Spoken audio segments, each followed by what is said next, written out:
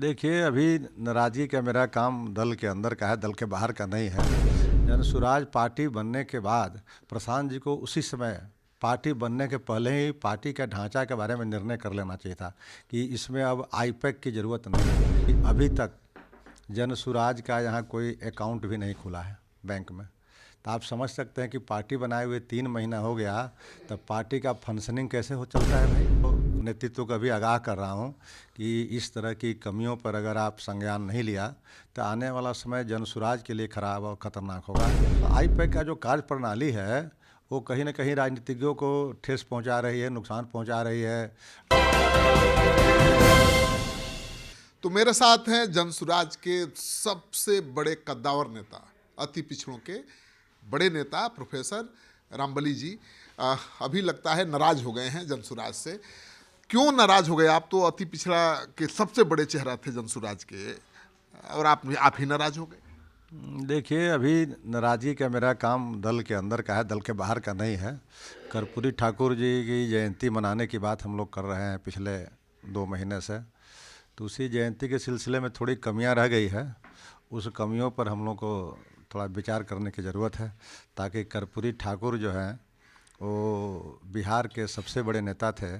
जब तक वो जीवित रहे तब तक पक्ष या विपक्ष में रहे, बिहार की राजनीति को प्रभावित किए हैं।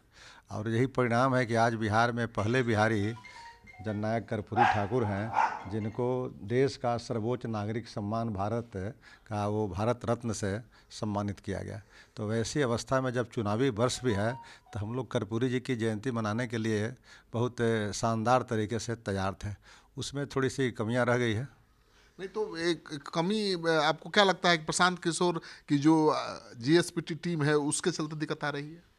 देखिए, प्रशांत जी की जो जनसुराज पार्टी जब से बन गई, जनसुराज पार्टी बनने के बाद प्रशांत जी को उसी समय पार्टी बनने के पहले ही पार्टी के ढांचा के बारे में निर्णय कर लेना चाहिए था कि इसमें अब आईपैक की ज़रूरत नहीं है। अब विशुद्ध रूप से पॉलिटिकल पार्टी है, उसका जो सिस्टम होता है उसके अंतर्गत काम करनी चाहिए। लेकिन मैं बताऊं कि अभी तक जनसुराज का यहाँ कोई अकाउंट भी नहीं खुला है बैंक में।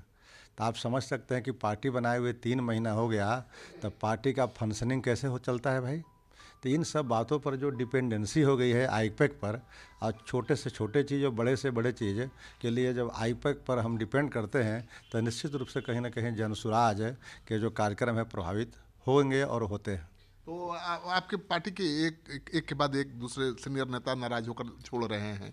मुनाजिर जी ने छोड़ दिया, देवेंद्र प्रसाद यादव ने अलग दूरी बना ली, और अब आप।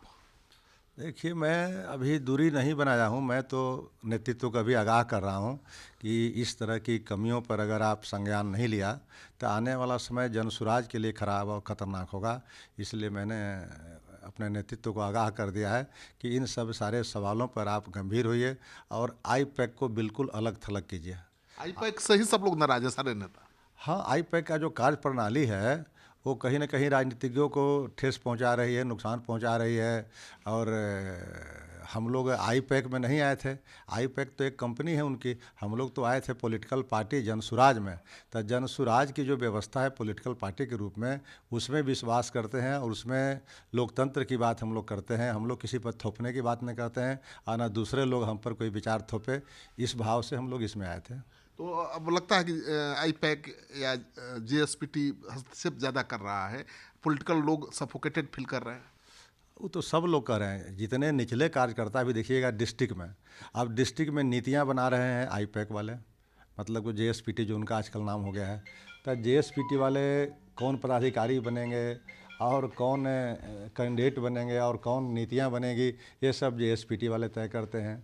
यहाँ तक कि अभी हम जननायक कर्पूरी ठाकुर की जयंती मना रहे थे तो उसमें भी जेएसपीटी वाले लोग नोटिफिकेशन कर दिए हमको। बाद में सोशल मीडिया से मालूम हुआ कि इसमें 51 सदस्यीय कमेटी बन गई। तो जब नेतृत्व हमारा हो रहा है और काम जेएसपीटी वाले कर रहे हैं, जो कमेटी के हेड आप थे और जेएसपीटी लिस्ट जारी कर रहा है। हाँ, तो इसलिए कह रहे हैं कि ये सब चीज़ें कहीं ना कहीं हम लोगों को प्रभावित कर रही है और नाराज़गी का मुख्य कारण यही है। लेकिन फिर भी मैंने अपने नेतृत्व से उम्मीद किया है कि दल हित में मैंने इस सवाल को उठाया है डेमोक्रेसी के तहत, और अगर ये समय रहते इन चीज़ों को दूर नहीं किया तब फिर आगे जनसुराज के लिए मुश्किलें पैदा होगी। अब देवेंद्र प्रसाद यादव ने भी दूरी बना ली है, कहीं नजर नहीं आ रहे हैं। मुनाजिर हसन जी दूरी बना चुके हैं। आप क्या सलाह देंगे प्रशांत किशोर को? अब देखिए, मुनाजिर हसन साहब हों या देवेंद्र जी हो या मैं भी, ये राजनीति में कोई 1 साल का 2 साल का अनुभव नहीं है। ये लगभग जिनकी जितना उम्र अभी प्रशांत जी की हुई है, उतना जिससे अधिक दिनों से तो देवेंद्र यादव जी विधायक बने हैं। पहली बार उन्होंने 77 में विधायक बना था। तो आप समझ सकते हैं कि इन लोगों को राजनीति का एक बहुत लंबा अनुभव है। तो राजनीति के लंबे अनुभवी व्यक्तियों को भी आज परेशानी अगर बहुत कम समय में हो रही है पार्टी बनने के, तो इसका मतलब कि प्रशांत किशोर जी को कहीं ना कहीं विचार करने की ज़रूरत है और अपने जो कार्य प्रणाली है उसमें सुधार करने की ज़रूरत है, जो अपेक्षित सुधार हो सकता है। तो प्रशांत किशोर की जीएसपीटी की कारण नेता सफोकेटेड फील कर रहे हैं, बहुत असहज महसूस कर रहे हैं, क्योंकि जीएसपीटी प्रशांत किशोर की प्रोफेशनल टीम है और वो इतना अनप्रोफेशनल है कि जो स्वाभिमानी नेता हैं उनके स्वाभिमान को ही चोट पहुंचा रही है। तो रामबली जी भी नाराज़ हैं, हालांकि उन्होंने पार्टी अभी नहीं छोड़ी है, लेकिन नाराज़गी का इजहार कर रहे हैं। और खबर ये भी है कि देवेंद्र प्रसाद यादव जो बहुत ही पुराने समाजवादी नेता हैं, जनसुराज ज्वाइन करने के बाद कहीं नज़र नहीं आ रहे हैं। मुनाजिर हसन को आज भी इंतजार है कि प्रशांत किशोर खुद फ़ोन करें, खुद बुलाएं, लेकिन प्रशांत किशोर ने उनको भी फ़ोन नहीं किया। आखिर कैसे एक राजनीतिक पार्टी के रूप में प्रशांत किशोर जनसुराज को आगे बढ़ा पाएंगे अगर फैसले उनकी प्रोफेशनल टीम करती रहेगी।